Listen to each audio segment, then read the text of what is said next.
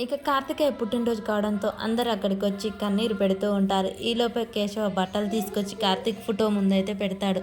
ఇక చెంచలమ్మ పాయసం తీసుకొనొచ్చి అక్కడ పెట్టి, "కన్నయ్య, కన్నయ్య, ఇది నీకు ఇష్టమైన పాయసం తీసుకో కన్నయ్య. నువ్వు నిండు నూరేళ్ళు చల్లగా ఉండాలి కన్నయ్య" అని చెప్పేసి చెంచలమ్మ ఆడ పాయసం, బట్టలు అన్నీ పెట్టి బాధపడుతూ ఏడుస్తూ ఉంటుంది. అదేంటి, చచ్చిపోయిన వాడు నిండు నూరేళ్ళు ఎలా బ్రతికుంటాడు అని చెప్పేసి వీళ్ళందరూ ఆశ్చర్యపోయి చూస్తూ ఉంటారు. "కన్నయ్య, నువ్వు నా కళ్ళ ముందు లేకపోవచ్చు, కానీ నీ జ్ఞాపకాలు ఎప్పుడూ నాకు బ్రతికే ఉంటాయి కన్నయ్య. నువ్వు నిండు నూరేళ్ళు ఈ జ్ఞాపకాలు ఎప్పుడూ నాకు ఉంచాలి" అని చెప్పేసి చెంచలమ్మ బాధపడుతూ ఉంటుంది. ఇక సింధూర, "అత్తమ్మ ఊరుకోండి" అని చెప్తూ ఉంటుంది. ఇక వీళ్ళిద్దరూ అలా, మా కొడుకు కాకపోయినా మా కొడుకులా బ్రతికావు ఇన్ని రోజులు, ఎప్పటికీ మా కొడుకువే కార్తిక్ నువ్వని కేశవ మనసులో అనుకుంటూ ఉంటాడు. ఈలోపే చంటి వచ్చి మిఠాయిలు అందరికీ పంచిపెడుతూ ఉంటాడు. ఇక చెంచలమ్మ, "నా కొడుకు పుట్టినరోజు కాబట్టి చంటి మిఠాయిలు పంచుతున్నాడు, తీసుకుంటాను, నా కొడుకు పుట్టినరోజు మిఠాయి నేను తీసుకుంటాను" అని చెప్పేసి చెంచలమ్మ మనసులో అనుకొని మిఠాయిలు తీసుకుంటూ ఉంటుంది. ఇక చంటి అందరికీ మిఠాయిలు ఇచ్చి, "ఏంట్రా చంటి, నీకు ఈరోజు కార్తిక్ బాబు పుట్టినరోజు అని నీకు తెలుసా? ఏంటి, కార్తిక్ బాబు పుట్టినరోజా ఈరోజా? నాకు తెలియదే, ఈరోజు నా పుట్టినరోజు అని నేను పొద్దున్నే వెళ్ళి గుడికి వెళ్ళి పూజ చేయించుకొని మిఠాయిలు తీసుకొని వచ్చాను. అంటే ఇద్దరు పుట్టినరోజు ఒకటే అనమాట. అవునా, నీకు తెలియదు అంటే ఈరోజు మా కార్తీక్ బాబు నీది ఒకటే అనమాట.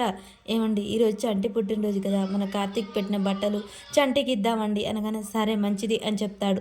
"చంటి ఇలా రా" అని దగ్గరికి పిలిచి, "తీసుకో ఈ బట్టలు" అని చెప్పగానే చంటి చాలా సంతోషపడుతూ ఉంటాడు. ఇక అక్కడ ఉన్న రేణుకా భవతి అందరూ షాక్ అయి చూస్తూ ఉంటారు. చంటి ఆ బట్టలు తీసుకొని, "చంటి, ఈ బట్టలు ఎలా ఉన్నాయి, వేసుకొని రాపో" అని చెప్పగానే కేశవ చెప్పగానే చంటి చాలా సంతోషంగా పరిగెడుతూ ఉంటారు.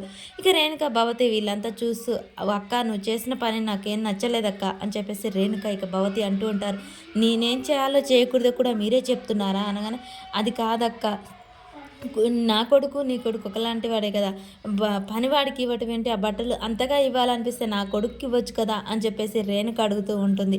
ఇక చెంచలమ్మ ఉండి, "చంటి పుట్టినరోజు ఈరోజు కాబట్టి చంటికి ఇచ్చాను, అదే నీ కొడుకు పుట్టినరోజు అయితే నీ కొడుకే ఇద్దును, అయినా ఒకరికి బహుమతి ఇస్తే కూడా మీరు ఓర్చుకోలేరా" అని చెప్పేసి అనగానే ఇక వాళ్ళందరూ షాక్ అయ్యి ఒకరి ముఖాలు ఒకరు చూసుకుంటూ ఉంటారు. చాముండి చాలా కోపంగా చూస్తూ ఉంటుంది. "ఒక పనివాడికి ఉన్న మర్యాద కూడా మాకు లేకుండా పోతుంది" అని మనసులో బాధపడుతూ ఉంటుంది. ఇక చంటి అయితే చాలా అందంగా ఉంటాడు. పెళ్లి పట్టు వస్తువులో రాగానే ఇక చెంచలమ్మ, కేశవ అలాగే చూస్తూ నిలబడిపోతారు. చంటిని అలా చూసిన అందరూ చాలా ముచ్చటగా ఉన్నాడు, ముద్దుగా ఉన్నాడని ఎమ్మటే కార్తీక్ని గుర్తు చేసుకుంటూ ఉంటాడు. కార్తీక్ పెళ్లి రోజు వేసుకున్న బట్టలు ఈ బట్టలు ఒకే తీరుగా ఉండడంతో ఇద్దరు ఒకేలాగా అనిపిస్తూ ఉంటారు. ఇక కేశవ, చెంచలమ్మ అయితే తన కార్తీకే ఈ బట్టలు వేసుకొని నడిచి వస్తున్నాడని చాలా సంతోషపడుతూ కన్నీళ్లు తెచ్చుకుంటూ ఉంటారు. అలా దగ్గరికి రాగానే, "అమ్మగారు ఎలా ఉన్నాను ఈ బట్టల్లో, చాలా అందంగా ఉన్నావు చంటి, చాలా బాగున్నావు" అని చెప్పేసి అనగానే, "అమ్మగారు, ఎప్పుడు పుట్టినరోజుకి మా అమ్మ దగ్గరుండి నాకు బట్టలు పెట్టేది, కానీ ఈరోజు మీరు పెట్టారమ్మ, నాకు చాలా సంతోషంగా ఉంది. అయ్యగారు, ఒక పాలు ఇట్లాంటి దగ్గరికి" అని చెప్పేసి ఇద్దరిని దగ్గరికి పిలిపించుకొని అలా ఆశీర్వాదం అయితే తీసుకుంటూ ఉంటాడు.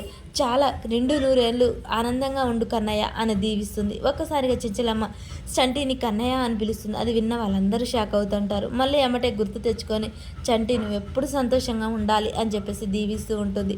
ఇక సింధూర వాళ్ళందరూ చాలా ప్రేమగా చూస్తూ ఉంటారు చంటినైతే.